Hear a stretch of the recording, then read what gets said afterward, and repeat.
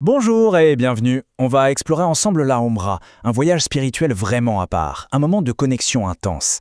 L'idée ici, c'est de proposer un guide visuel simple et clair pour aborder ce rituel sacré avec le plus de sérénité possible, étape par étape. Ce verset nous rappelle l'essentiel, la Umrah est avant tout un acte d'adoration pour Allah. Donc, l'objectif, c'est de l'accomplir du mieux qu'on peut, avec le cœur et l'esprit bien présents pour qu'elle soit, si Dieu le veut, acceptée. Alors comment ça se passe concrètement? C'est ce qu'on va voir tout de suite. Alors, voici notre feuille de route. On va commencer par l'esprit de la Umrah. Et puis on passera aux 4 grandes étapes pratiques. L'entrée en état d'ihram, le fameux tawaf, ensuite le sa'i, et enfin, comment on achève le rituel. C'est un parcours bien balisé, on va le suivre tranquillement. Ok, première partie, l'esprit de la Umrah. Avant de plonger dans le comment faire, c'est super important de comprendre le pourquoi, les fondations sur lesquelles tout le rituel repose. En fait, la Umrah, c'est un peu comme un édifice qui tient sur 4 piliers essentiels. Il y a l'ihram, qui est l'état de sacralisation, le tawaf, les fameux 7 tours, le sa'i, la marche entre Safa et Marwa, et enfin le taqsir, quand on coupe les cheveux. Si un seul de ces piliers manque, eh bien la Umrah n'est pas valide. Chacun, comme on va le voir, a une signification très profonde. Allez, on entre dans le vif du sujet. Étape numéro 1, l'entrée en ihram. C'est vraiment à ce moment-là que le voyage spirituel commence officiellement. Donc avant même de formuler l'intention, il y a quelques petites préparations. D'abord, le rousl, la grande ablution pour être en état de pureté. Pour la tenue, rien de compliqué, des vêtements amples, modestes, pas la peine qu'ils soient neufs. Et des chaussettes. Ensuite, il faut rejoindre le miqat, c'est une sorte de frontière sacrée, c'est là qu'on formule la niyya, l'intention. C'est important de savoir que pour les femmes, l'ihram, c'est l'intention et une tenue modeste, pas un uniforme spécifique comme pour les hommes. Justement, cette intention, la niyya, on la formule en disant « Labbaika Allahumma Umrah ». Mais il y a un point très intéressant qui montre toute la facilité de la religion, c'est l'intention conditionnelle. Si on a peur d'un imprévu, on peut ajouter une phrase qui signifie en gros « Si un obstacle m'arrête, alors je serai désacralisé là où tu m'as arrêté ». C'est une sorte de sécurité, une miséricorde qui est accordée au cas où. Bon, une fois qu'on est en état d'ihram, les règles changent. Il y a des choses qui ne sont plus permises. Le but, c'est de se détacher du matériel pour se concentrer à fond sur le spirituel. Concrètement, on ne se coupe plus les cheveux ni les ongles, on arrête le parfum, plus de relations conjugales, etc. Et spécifiquement pour les sœurs, il est important de noter qu'on ne porte ni le niqab qui couvre le visage, ni de gants. Et voilà, on arrive à la grande mosquée de la Mecque. C'est le moment d'un des rites les plus forts et les plus émouvants, le tawaf, le fait de tourner autour de la Kaaba. Le chiffre clé à retenir ici, c'est 7.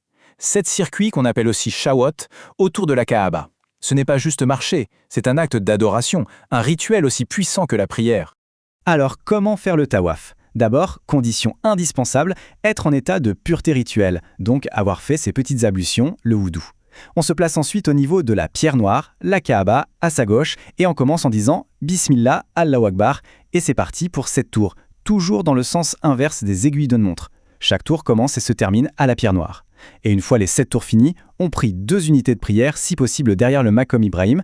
Une petite invocation très belle à connaître. Il est recommandé de la réciter sur la portion du circuit qui se trouve entre le coin yéménite et la pierre noire. On peut la répéter à chaque tour. C'est vraiment une magnifique demande. Un point très important, surtout pour les sœurs. Autour de la pierre noire, il y a souvent énormément de monde. Il ne faut absolument pas se mettre en danger ou dans une situation inconfortable pour essayer de la toucher.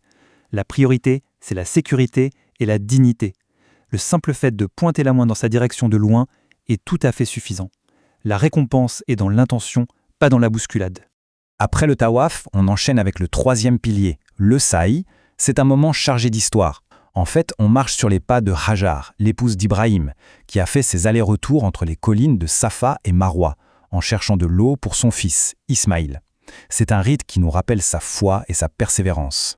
Et comme pour le tawaf, le chiffre magique est encore 7. 7 trajets entre les 2 petites collines. Attention au calcul, l'aller de Safa à Marwa, c'est un trajet. Le retour de Marwa à Safa, c'est le 2e, et ainsi de suite jusqu'à 7. Alors, comment ça se déroule? On commence toujours à Safa, de là on marche jusqu'à Marwa, ça c'est le premier trajet. Arrivé à Marwa, on repart vers Safa et c'est le 2e. On continue comme ça 7 fois. Tout au long de la marche, bien sûr, on multiplie les invocations et donc logiquement, le 7e et dernier trajet se termine à Marwa.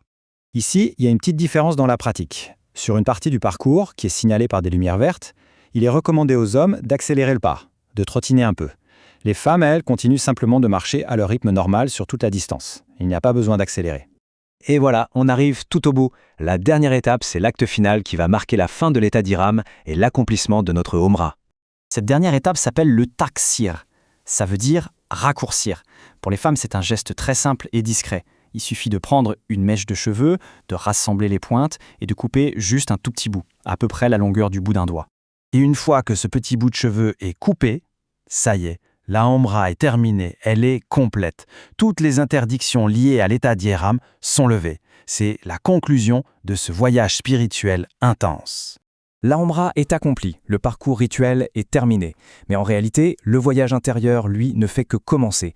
Après avoir cheminé au cœur de ces lieux sacrés, quelle est la prière, l'intention profonde qui restera gravée dans le cœur?